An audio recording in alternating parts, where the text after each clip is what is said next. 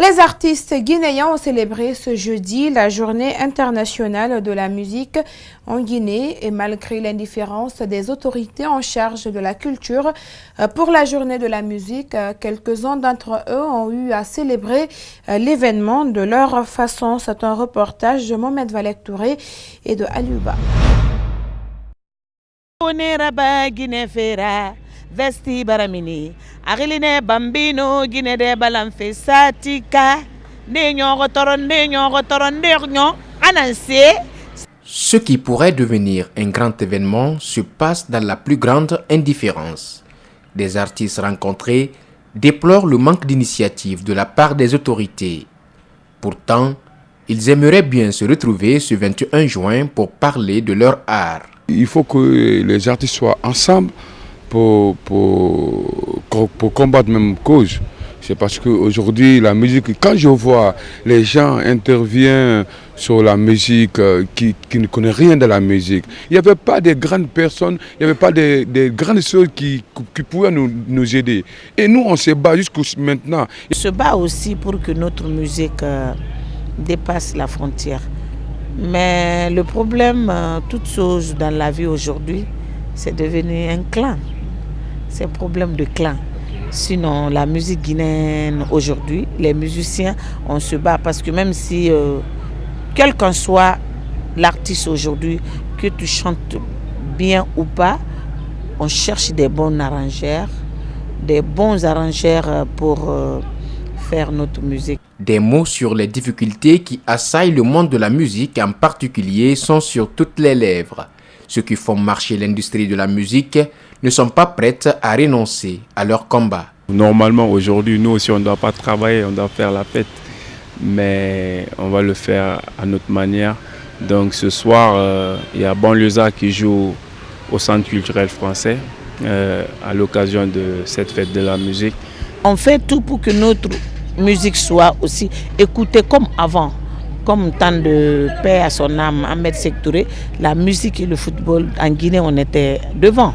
En Afrique, ouais, nous, on n'était pas nés, mais on est nés, on a trouvé aussi que la musique guinéenne était numéro 1 en Afrique. À part le groupe mythique Banlieusard qui organise ce jeudi un concert au CCFG, aucun autre événement n'est prévu pour célébrer la musique. Autre fait marquant de l'actualité, l'interdiction de la circulation des motos à Kaloum annoncée par le ministre de la Sécurité ne concerne que les conducteurs de taxi-moto. Selon le ministre Kaira, il s'agit d'appliquer l'arrêté du ministre des Transports qui date de 2016, interdisant cette activité dans la commune administrative.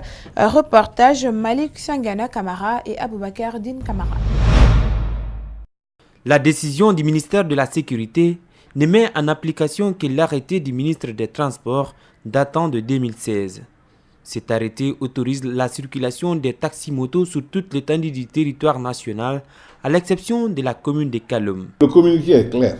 Le communiqué dit qu'à compter du lundi 25, aucune moto-taxi n'aura accès à la commune de Kaloum, conformément à l'arrêté du ministère des Transports créant, autorisant et réglementant l'exploitation des mototaxis en République de Guinée. Cette interdiction des mototaxis à Kaloum ne vise uniquement que les taxis, contrairement aux spéculations sur les réseaux sociaux. Au moment de la préparation de l'acte, on avait parlé de l'ensemble des motos dans l'ensemble.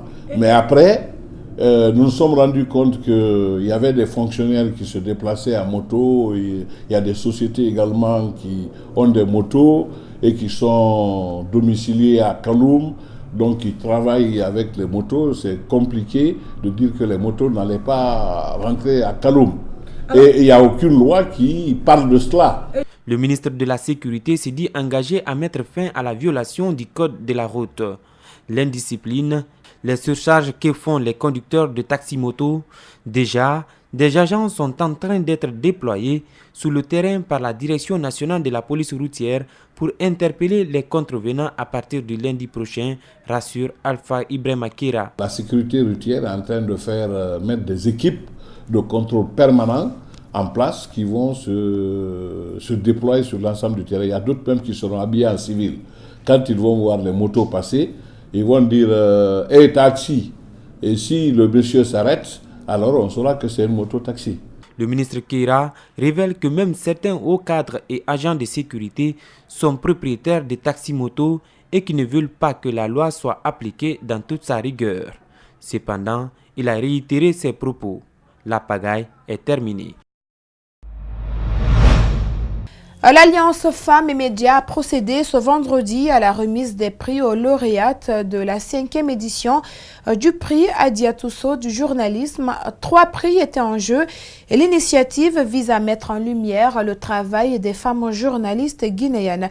Mariam Fodé Camara, Ibrahima Sori Soma pour le compte rendu. Cette cérémonie de remise a commencé par 1 minute de silence à la mémoire de nos regrettés Abdoulaye Ba de Guinée News, porteur de la RTG, et Kadiatou Souaré de la radio Tamata. L'appel à candidature de cette 5e édition du prix Adiatousso pour le journalisme a été ouvert en mars dernier pour les femmes exerçant le métier de journaliste. L'objectif est de mettre en lumière leur travail en dépit des inégalités auxquelles elles font face. Le prix Adiatousso du journalisme a été créé pour porter à la lumière des femmes journalistes qui s'illustrent dans leur rédaction. Il a été créé également pour valoriser le travail des femmes journalistes dans les médias. Il est aussi une invite aux femmes journalistes pour embrasser le journalisme d'enquête et pour s'inscrire toujours et toujours dans le travail bien fait. Le représentant de la présidente de la Haute Autorité de la Communication dans son discours a mis un accent particulier sur l'importance de cette initiative de l'Alliance Femmes et Médias. Ce prix est très important et trouve sa justification première dans le constat fait au niveau des médias guinéens de la trop faible présence des femmes au poste de responsabilité éditoriale. Pour cette 5e édition, 9 candidates ont postulé dans les domaines de la participation des femmes aux élections, sur la gestion des déchets et l'accès à l'électricité. 3 ont remporté le prix. Il s'agit de Kadiatou Diallo du site Vision Guinée Info, de Sidibé Kondé de la radio parlementaire et de Marie-Angélique Bangoura de la RTG. Toutes ont reçu un ordinateur portable, un trophée et autres gadgets. Je suis très heureuse d'être récipiendaire de ce prix. Je suis très contente. Je suis très heureuse de recevoir ce prix aujourd'hui à Adiatousso. Je remercie le Tout-Puissant Allah. Et l'actualité sur le continent, la nature n'hésite pas à reprendre ses droits à Libreville, où l'urbanisation anarchique menace les milieux naturels fragiles qui entourent la capitale gabonaise. Suivez. Ce terrain récemment défriché de sa mangrove est désormais inondable et en principe non constructible. Mais dans cette banlieue au nord de Libreville, c'est l'occasion de lancer de nouveaux chantiers. Des chantiers dangereux qui ne respectent pas toujours les réglementations des zones naturelles semi-protégées.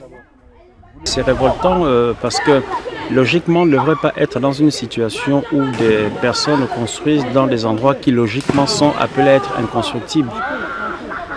Tout simplement.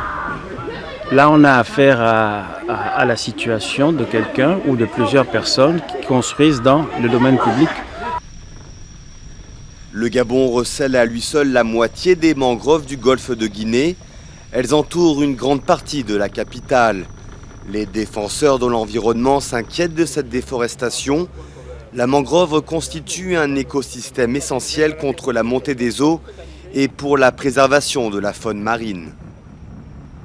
Elle est en train de disparaître à cause de l'urbanisation. Elle est en train de disparaître à cause de la spéculation foncière. Une spéculation foncière et une urbanisation qui grignotent jour après jour les aires protégées de Libreville, ce qui pousse les experts à préconiser une extension de la ville vers l'intérieur des terres, dans des zones moins humides. Aujourd'hui, les gens construisent sur les lits de rivières, les gens détruisent les zones humides telles que les mangroves. Le risque, c'est de subir encore de plus en plus les catastrophes naturelles. Le risque, c'est de se retrouver avec des conflits fonciers. Dans les rues de Libreville, Il est désormais fréquent de voir des chantiers abandonnés ou des routes se transformer en rivières. Les spécialistes tirent la sonnette d'alarme pour freiner cette urbanisation anarchique et éviter des inondations à répétition potentiellement catastrophiques. À Ikorodu, en banlieue de Lagos, au Nigeria, les vidéos du groupe de jeunes danseurs ont enflammé les réseaux sociaux ces derniers mois. La chanteuse Rihanna a félicité les artistes et la mannequin Naomi Campbell leur a même rendu visite, pour la plupart déscolarisés et vivant dans la rue. C'est avec CI, leur prof de danse, qu'ils ont repris le chemin de l'école et découvert la danse. Reportage. Un sourire ravageur et une énergie contagieuse, cette bande de jeunes danseurs a fait le buzz sur les réseaux sociaux. C'est avec cette vidéo tournée en banlieue de Lagos, devant un bus abandonné, que le groupe les Dreamcatchers, les attrape-rêves, ont séduit les internautes. Un succès retentissant que Sheyi, leur prof de danse, n'avait pas anticipé.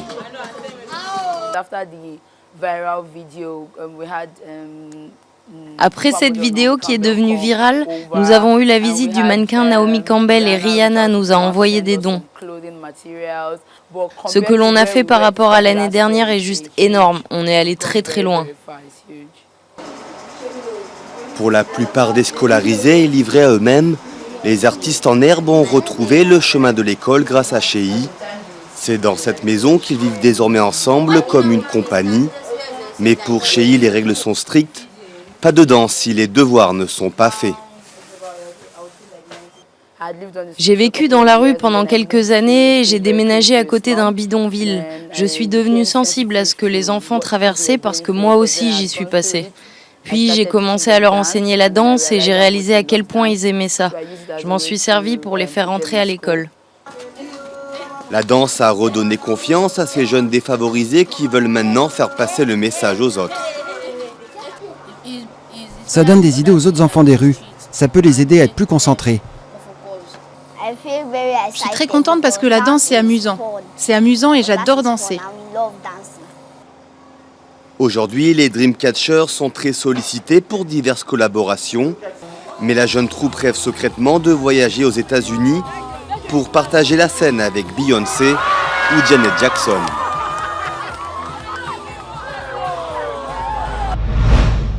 Et pour finir, à Paris, et les communes de banlieue partenaires d'Autolib a réuni un comité syndical ont voté jeudi la fin du dispositif de voitures électriques en libre partage assuré depuis 2011 par le groupe Bolloré et plombé depuis des années par un lourd déficit.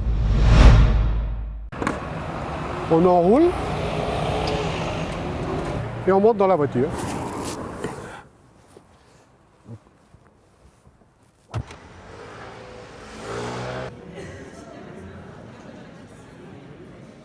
La méthode de Bolloré est brutale, elle place les élus face à un ultimatum douloureux et donc les décisions que nous avons prises, elles sont difficiles, mais nous les avons prises, je crois, chacun en responsabilité et en ayant toutes les informations nécessaires pour prendre ces décisions.